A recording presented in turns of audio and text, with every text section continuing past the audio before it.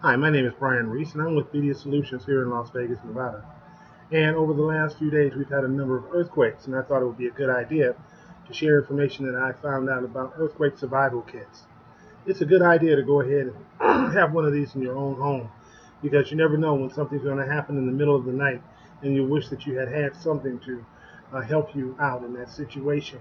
In this particular case, you can have ropes, knives, first aid kit, and other things that can help be benefits to you and your family if you need to get out fast. One of the things that they talked about at the seminar I was at, they talked about emergency supplies, stocking up immediately.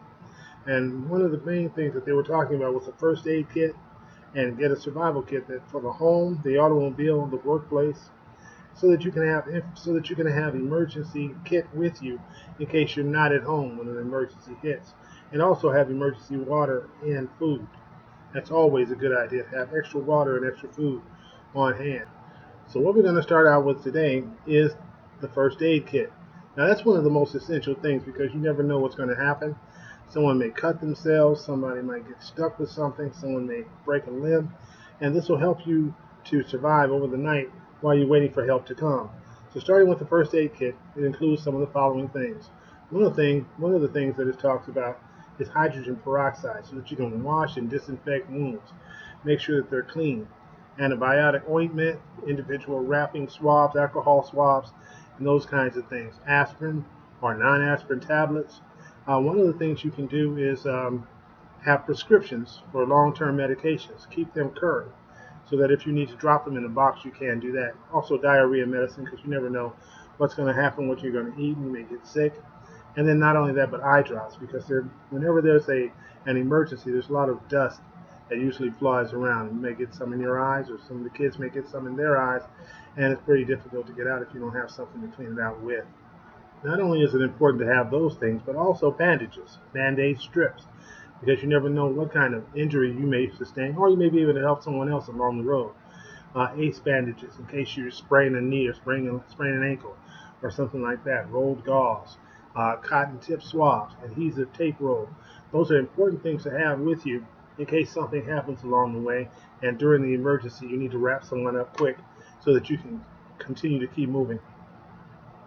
In addition to that, or other aid supplies, need a first aid book just in case there's something that happens that you have no idea what to do with and you cannot communicate with any emergency responders. Make sure you have scissors because one of the things that you're going to be looking for is something to cut with, either a knife or scissors. Tweezers, in case someone gets a splinter, you need to get it out in a neck or leg or arm or whatever, just so that they can be comfortable. A thermometer is a good thing in case you're out in the middle of the night and someone's getting ill. You make sure that you have soap and other things. These are very important items to have on hand in case the situation takes more than one day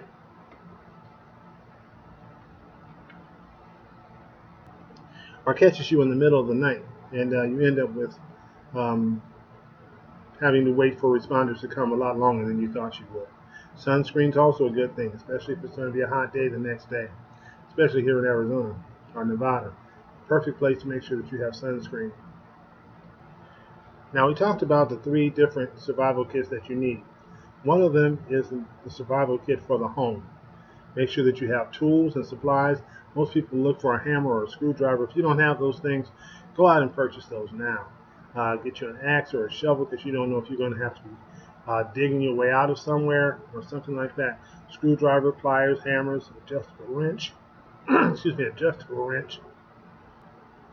And not only that, but a rope. You may never have to tow anyone. You may never have to rescue anyone, but you never know. Maybe someone in your own household. So rope is always a good thing to have on hand. Plastic sheeting and tape. I always say duct tape. Duct tape is always good.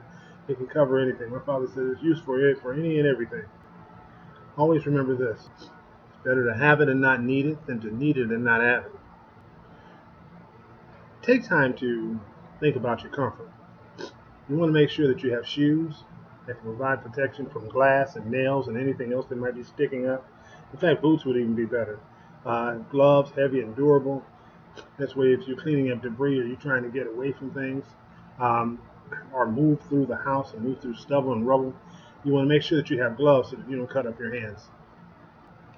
And candles are only good if you have matches. So make sure if you do have candles, you want to make sure you have a box of matches. But also make sure, first of all, that you're well away from your house, because if you are near it and there's a gas leak, that could be a very explosive situation. So you also want to change it. Bring a change of clothing also, because those might be wet and torn and tattered, and a number of things could happen. It says here a garden hose also, but I'm not thinking a garden hose. It's something you want to be carrying around with you while you're trying to get away from the house. But you might need a piece of hose just in case you need to siphon gasoline out of someone else's car into yours. Also, if you have a tent, this would be a good time to bring it. If it's portable, then one of the people, one of the children, or the other adults carry the tent so that you can have something to sleep in if you have to lay down overnight. Make sure that you bring your essential medications and your eyeglasses. It's always good to have a fire extinguisher, especially in an emergency. Food and water for your pets. If you have pets, make sure that you have it set up for that you bring food and also water for them as well. Toilet tissue is the perfect thing to have because you may have to relieve yourself near a tree. And always stock it with some cash. Not a lot of cash, but you may have to buy water. You may have to buy something along the way, either food or even a room for the night. It'd be a nice thing to have some cash. The next thing is also to have a survival kit for your automobile, for your car, because you never know if you get stopped on the highway or you can't get home as fast as you'd like. Then you can have a survival kit in your car also.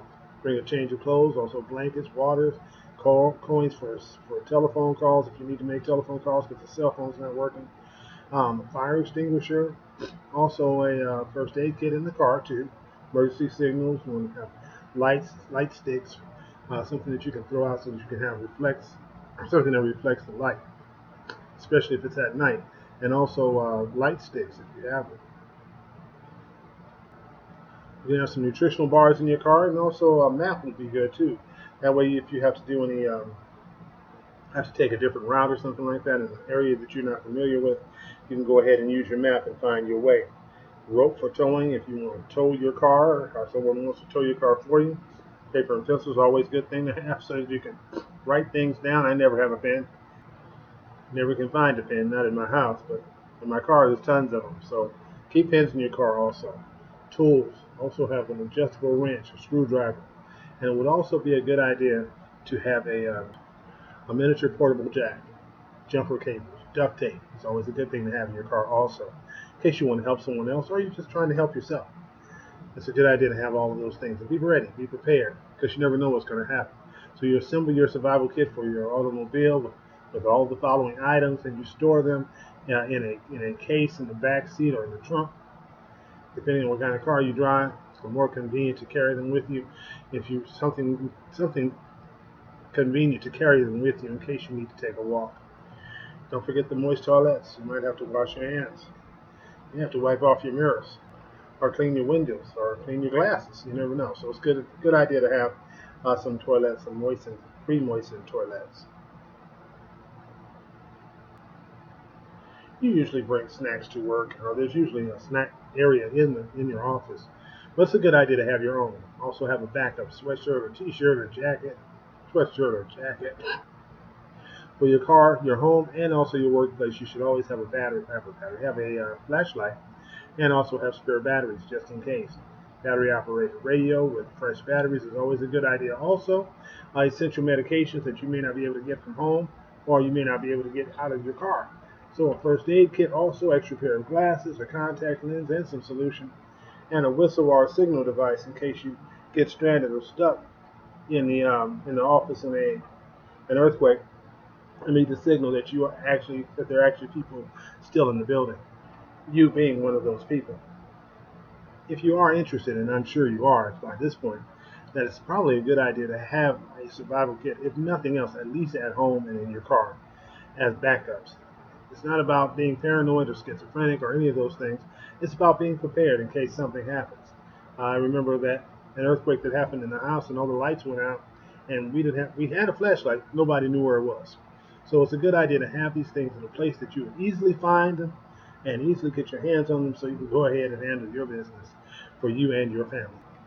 Thank you very much for viewing, and don't forget to click on the link below. Thank you. Bye-bye.